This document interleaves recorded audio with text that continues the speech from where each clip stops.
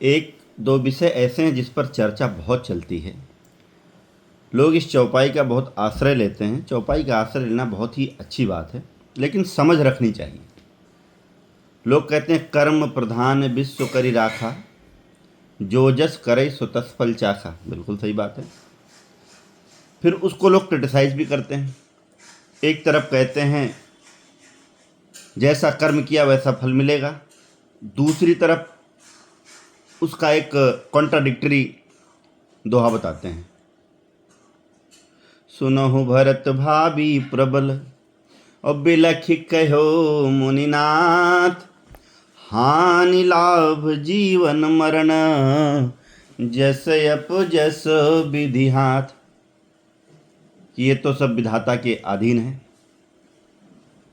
और एक चौपाई और है जिसका बहुत प्रयोग करते हैं कि होई सोई जो राम रचि राखा, को करि तर्क बढ़ावहि शाखा। होगा वही जो प्रभु चाहेंगे, जो हरि चाहेंगे, जो राम चाहेंगे वो होगा। अगर इतनी ही बात का आश्रय करें तो जीवन प्रमादी हो सकता है, व्यक्ति प्रमादी हो सकता है। अगर वही होना है जो प्रभु चाहे तो हम क्यों करें? फिर कर्म प्रधान विश्व करी राखा, उसका क्या? और एक तरफ और आता है कि हे भरत सुनो भरत भावी प्रबल बिलखि कहो मुनिनाथ, हानि लाभ जीवन का उद्देश्य इन 4-6 चीजों से है। हानि लाभ जीवन मरण जस अपजस प्रभु के हाथ। तो इसका समन्वय कैसे करें, विचार कैसे करें, किस पर अपनी आस्था दृढ़ करें? कुछ लोग कर्मयोगी होते हैं, जैसा करोगे वैसा मिलेगा। सत्य है, मिलता है, लेकिन कभी कभी इस कर्म के विपरीत परिणाम भौतिक रूप में देखने को मिले।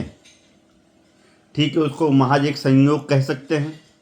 एक किसान शाम को बढ़िया से खेत में बीज डालता है, पूरी मेहनत लगन सच्ची श्रद्धा के साथ पसीने बहा करके वो बीज का उसमें रोपण करता है, लेकिन रात में वर्षा के आने से, अत्यधिक वर्षा हो जाने से हो सकता है उसकी खेती उतनी रूप से ना हो, फसल उस ढंग से ना आए, हो सकता है खराब भी हो जाए। तो आप तो कहे हमने कर्म अपने पूरे उससे किया था। तो समझने के लिए थोड़ा सा आपको रामचरितमानस के अंतर में जाना होगा। जब आप अंतर में प्रवेश करेंगे तो बात ये समझ में आएगी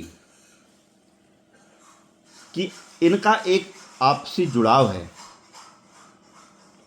तब आपको समझ में आएगा कि हमें जीवन का निर्वहन कैसे करना चाहिए। भगवान शंकर लाख समझाते हैं सती को, लेकिन सती नहीं मानती है। तब प्रभु ने कहा होई सोई जो राम रचि राखा, कोकर तर। जब होना वही है जो प्रभु चाहते हैं तो उन्होंने क्या कर दिया? जब ऐसी स्थिति आए अस कहि करन जपन लगे हरिनामा, और उन्होंने समाधि ले ली। जब आपके अपने सारे प्रयास आपको असफल होते दिखाएं तो पहला संकेत मिलता है राम भजो।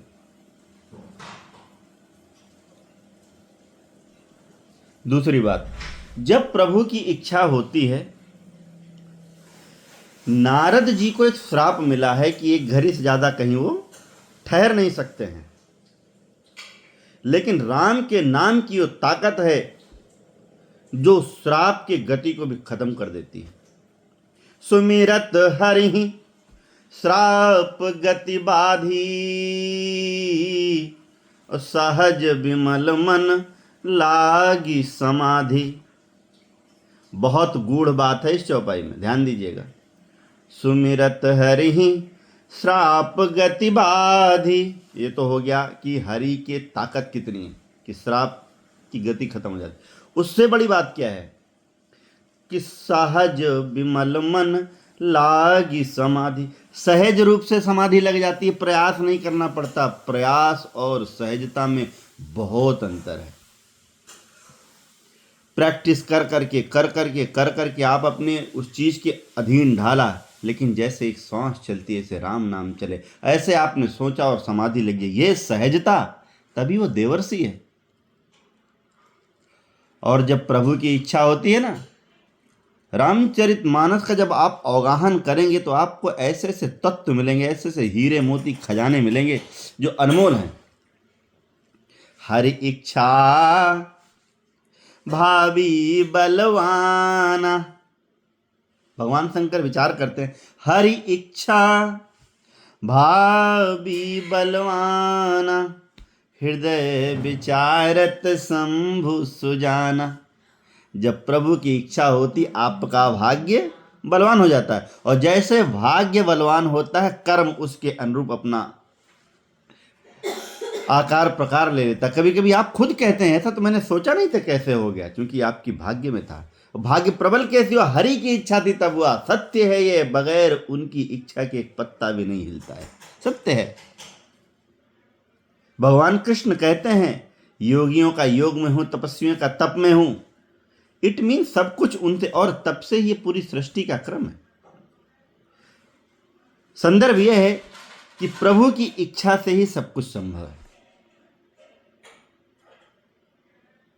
कि हर इच्छा भाभी बलवाना, हृदय विचारत शंभु सुजाना। और जब हृदय प्रभु की इच्छा होती है, हरि की इच्छा होती है, तो कहते ना, सुनहु भरत भाभी प्रबल, बिलख कहो मुनिनाथ, हानि लाभ जीवन मरण, जस अप जस विधि हाथ। ब्रह्मा भाग्य बदलते रहते हैं, भाग्य लिखे होते हैं। प्रभु की इच्छा होती है तो सारा कर्म अपने आप उसी दिशा में निकल पड़ता है। तो मुझे जो समझ में आया इन तीनों प्रसंग में निचोड़ क्या है, तो हर इच्छा प्रभु की इच्छा पे ही सब कुछ निर्भर करता है। इसलिए अपनी शरणागति हरि की तरफ होनी चाहिए। प्रभु में एक बार मन लग गया, बस काम बन गया। तो ज़्यादा ना विचार, कर्म के फल का ना विचार करते हुए, ना भाग्य का विचार करते हो, हरि की इच्छा में अपनी इच्छा लगा दो, आपकी इच्छा की विजय हो जाएगी। कहते ना, हम राम जी के राम जी हमारे हैं, मान कर तो देखिए। और मैं एक बात और बता दूं, कुछ चीज़ों पर और चर्चा होती है। स्वार्थ परमार्थ के कारण आपके अपने कर्म बदलते रहते हैं। जो परमार्थी पथिक होगा उसके कर्म शैली अलग होगी, स्वार्थी व्यक्ति की शैली अलग होगी। लेकिन इस स्वार्थ और परमार्थ के बीच में गृहस्थ जीवन कैसे पाला जाए? क्योंकि जब एक आप, हर कोई वैरागी तो है नहीं, हर कोई तपस्वी तो है नहीं कि सब लोग कल्याण के जी रहे हैं। पहले अगर आप गृहस्थ में हैं तो खुद की भी व्यवस्था करनी पड़ेगी। तो स्वार्थ को भी परमार्थ के रूप से कैसे रास्ते पर रखें कि आपका स्वार्थ भी उत्तम रहे। स्वार्थ करना बुरा नहीं, लेकिन स्वार्थ कैसा होना चाहिए रामचरितमानस इंगित करता है, संकेत करता है। स्वार्थ साच जीव कहूं एहा, मन क्रम बचन राम पद नेहा। जीव का सच्चा स्वार्थ होना चाहिए प्रभु के चरणों में प्रीति। और बहुत आगे निकलेंगे ना तो परमार्थ भी यही कहता है, सखा परम परमारथ एहु, मन क्रम बचन राम पद नेहु। और ऐसा मैं ही नहीं कह रहा हूं, सुख अज सुख सनकादिक नारद, ते मुनि ब्रह्म विचार विसारत। सब कर्मत, एक दो नहीं, सब कर्मत खगनायक एहा, करिय राम पद पंकज सेवा। इसलिए प्रभु के चरणों में प्रीति हो तब जीवन जीवंत बनने की दिशा में अग्रसर होने लगता है। अपना स्वार्थ भी सिद्ध होता है, परमार्थ भी सिद्ध होता है, स्वहित भी सिद्ध होता है, लोकहित भी सिद्ध होता है। तो हम इस लड़ाई में नहीं पड़ने वाले हैं कि कर्म बढ़ा कि भाग्य बढ़ा, हर की इच्छा जरूर बढ़ी। इसलिए सौंप दिया, भजन चलता है ना, इस जीवन का सब भार तुम्हारे हाथों में, उद्धार पतन सब मेरा है, सरकार तुम्हारे हाथों में। बोलो श्याम रामचंद्र की जय।